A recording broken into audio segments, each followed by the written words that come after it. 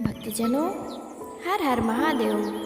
श्री शिव महापुराण भाषा चतुर्थ कोटि रुद्र संहिता का अगला भाग 22वां अध्याय विश्वेश्वर महात्मा और काशी में रुद्र आगमन वर्णन। सूत जी बोले, हे ऋषियों, अब मैं तुम्हें महान से भी महान पापों के नाश करता विश्वेश्वर के महात्मा को कहता हूँ। ध्यान देकर सुनो।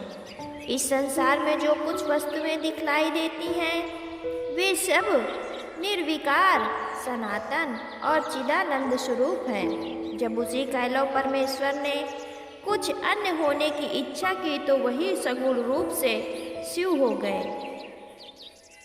वो शिव स्त्री पुरुष के भेद से दो प्रकार के रूप वाले हैं। तब उनमें जो पुरुष है वो तो शिव है और जो स्त्री रूप है वही शक्ति नाम से स्थित हुई। हे मुनि सत्तुम, ऐसा होकर वे दोनों रूप अदृश्य हो गए और उसी चिदानंद रूप में मिलकर फिर स्वभावतः प्रकृति और पुरुष रूप में प्रकट हो गए। और जब उन्होंने इस संसार में अपना कोई माता पिता न देखा तो वे प्रकृति और पुरुष बड़े ही संदेह में पड़ गए। पश्चात उस निर्गुण परमात्मा से ये आकाशवाणी हुई कि तप करना ही योग्य है और तप से ही उत्तम सृष्टि होती है। तब उस प्रकृति पुरुष ने कहा, हे स्वामी, हे शिवाजी, हे शिव जी, ये तो तप करने को आपने अच्छा कहा, परंतु हमें कोई ऐसा स्थान नहीं दिखलाई पड़ता जहाँ हम आपकी आज्ञा से स्थित हो तप करें। तब उसी निर्गुण शिव ने अपने प्रेरणा से समस्त तेजों के सार स्वरूप, जो सभी साधनों से संपन्न और शोभायमान तथा सुंदर था,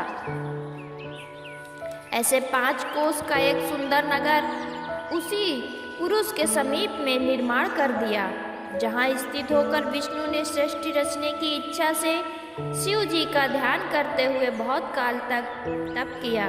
तब उनके परिश्रम से वहाँ अनेक जलधाराएं प्रकट हुई, जिसमें शून्य के सिवाय और कुछ भी नहीं दिखाई पड़ता था। इस अद्भुत दृश्य को देखकर विष्णु जी को बड़ा आश्चर्य हुआ और उन्होंने कहा, ये क्या हो गया। पश्चात उन्होंने अपने शरीर को जोर से हिलाया तो उनके कान से एक ऐसी मणि गिर पड़ी जिससे वहाँ मणिकर्णिका नाम का एक तीर्थ प्रसिद्ध हो गया।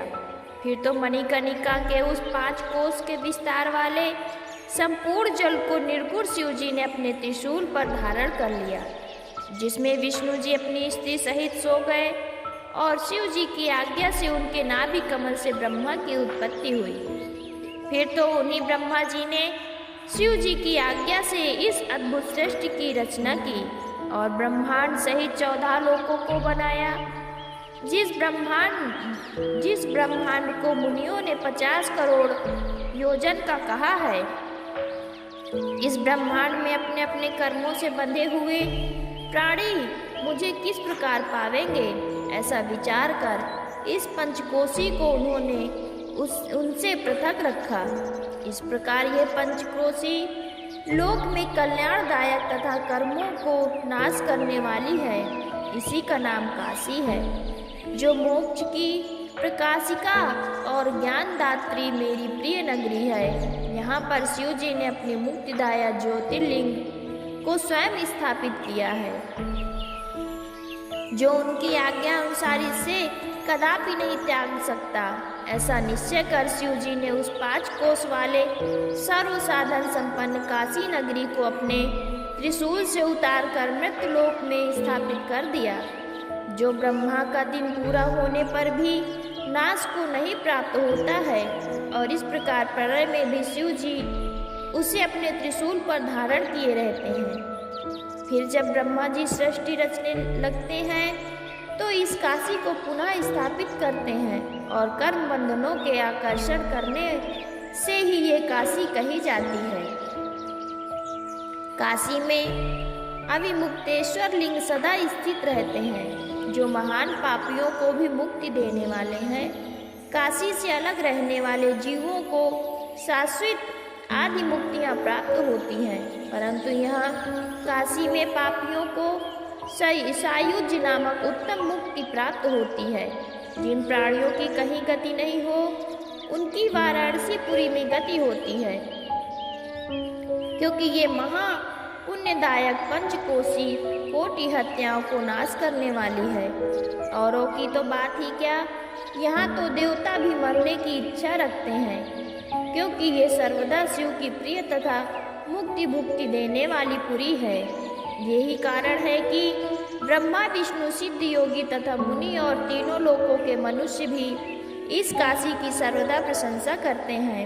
हे ब्राह्मणों, मैं इस काशी की महिमा का वर्णन सैकड़ों वर्षों में भी नहीं कर सकता, फिर भी यथाशक्ति वर्णन किया। जो भीतर से सत्व गुण युक्त और बाहर से तमोगुण वाले तथा निर्गुण और अनेक गुणवान कैलाशपति कालाग्नि नाम से प्रसिद्ध हो और रुद्र हैं। उन्होंने अनेक प्रकार की प्रार्थना पर ऐसा शंकर जी से कहा। रुद्र ने कहा, हे विश्वेश्वर, हे महेश, हे महादेव, मैं आपका हूँ, इसमें संदेह नहीं। आप माता पार्वती सहित मुझ पुत्र पर कृपा कीजिए। हे जगत के स्वामी, हे जगतपते, आप सर्वदा लोगों के कल्याण की कामना से यहाँ निवास करें और सबको तारें, यही मेरी प्रार्थना है।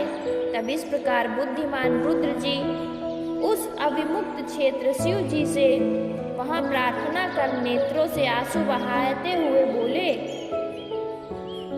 तो उन अविमुक्त देव ने कहा कि हे देवादिदेव महादेव, हे काल रूपी रोग की औषधि त्रिलोकपति, इसमें संदेह नहीं कि आप ब्रह्मा विष्णु आदि देवों से सर्वथा ही सेवनीय हैं। हे देव, अब आप इसी काशीपुरी को अपनी राजधानी बनाकर यहाँ निवास कीजिए। मैं अचिंत सुख के कारण ध्यान करता हुआ यहाँ स्थित रहूँगा, क्योंकि आप ही मुक्तिदाता हैं और कोई नहीं। अतएव संसार के उपकार के लिए पार्वती सहित आप यहाँ निवास कीजिए। हे सदाशिव, आप समस्त जीवों का भव सागर से उद्धार कीजिए। हे शिव जी, आपसे हमारी यही बार बार प्रार्थना है।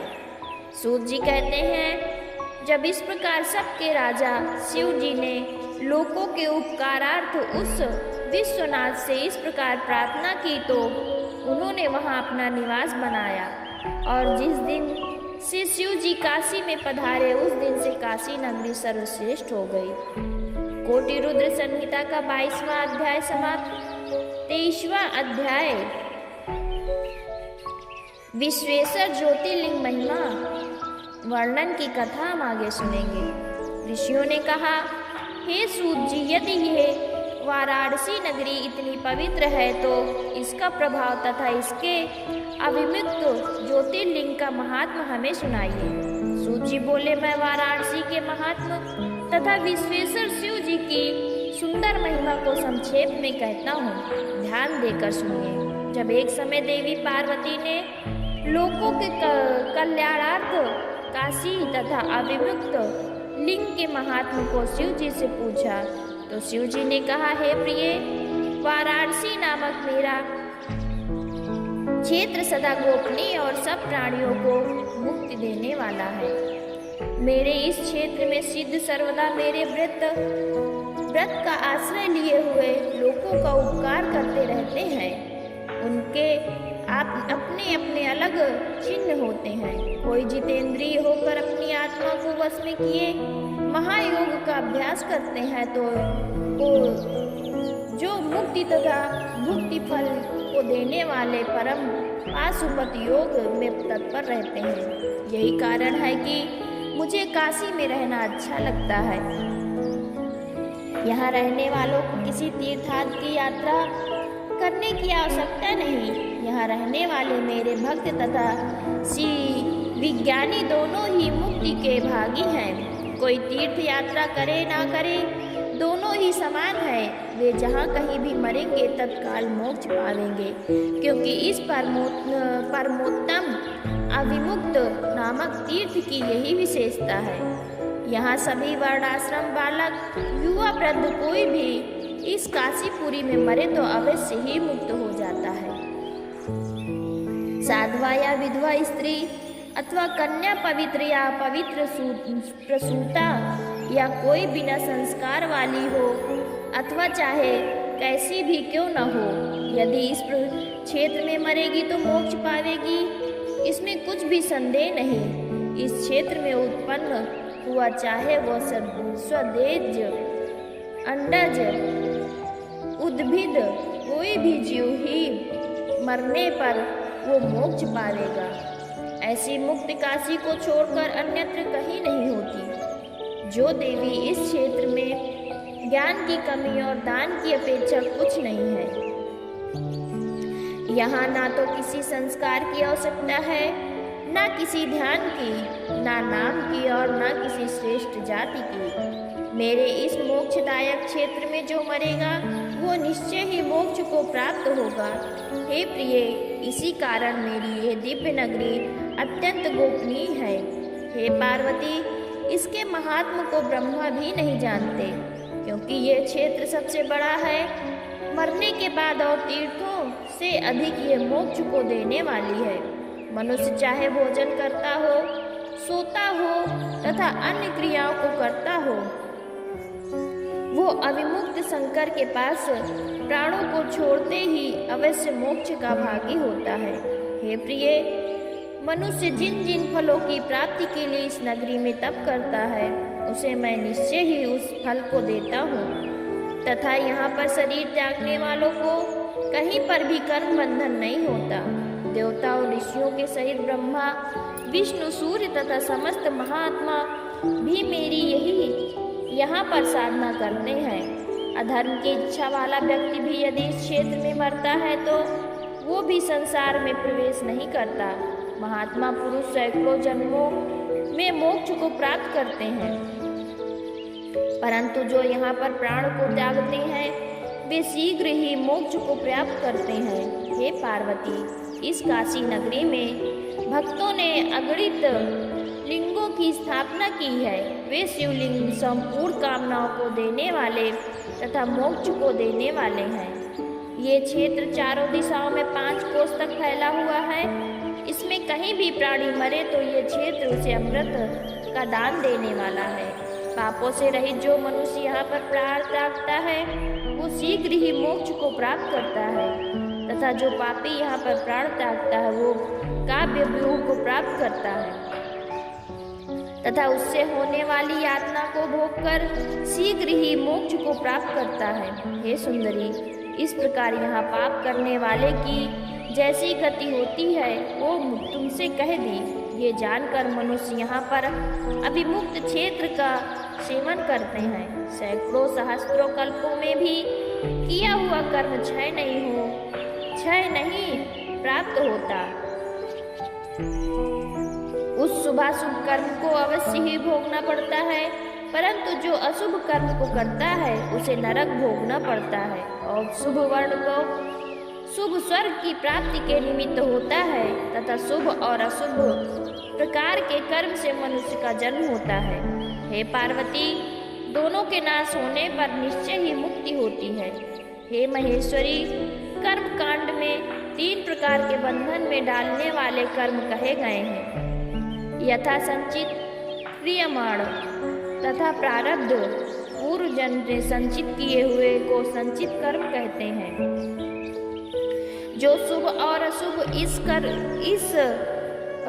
जन्म में किए जाते हैं उन्हें क्रियमान कहते हैं, तथा जो शरीर के फल स्वरूप भोगे जाते हैं वे प्रारब्ध कहलाते हैं। प्रारब्ध कर्म का नाश केवल भोग से ही होता है और अन्य किसी प्रकार से नहीं हो सकता। संचित तथा क्रियमान इन दोनों कर्मों का विनाश पूजन आदि उपाय से होता है। यदि पूर्व जन्म में श्रद्धा पूर्वक काशी जी का दर्शन किया हो तो वो काशी जी में आकर मृत्यु को प्राप्त करता है, और प्रकट काशी में मृत्यु को नहीं प्राप्त कर सकता।